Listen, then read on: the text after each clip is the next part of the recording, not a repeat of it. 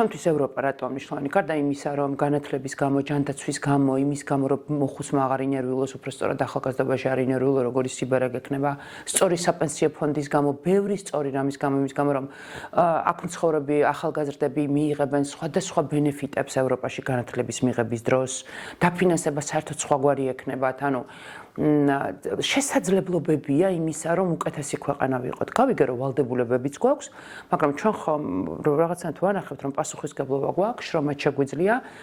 არა, ამის გარდა ჩემთვის ევროპა არის მრავალფეროვნება. ჩემთვის რუსეთი არის ჩაკეტილი სივრცე, ბევრი უარყოფით შემიძლია, მაგრამ რატომ ეშინია ამ ქვეყნის?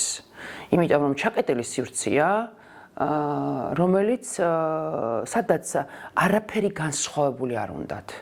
სადაც არაფერი განსხვავებული არ მოსწონთ და სადაც იბრძვიან ყველაფერი განსხვავებულის წინააღმდეგ. ანუ ეს მე მაშინებს.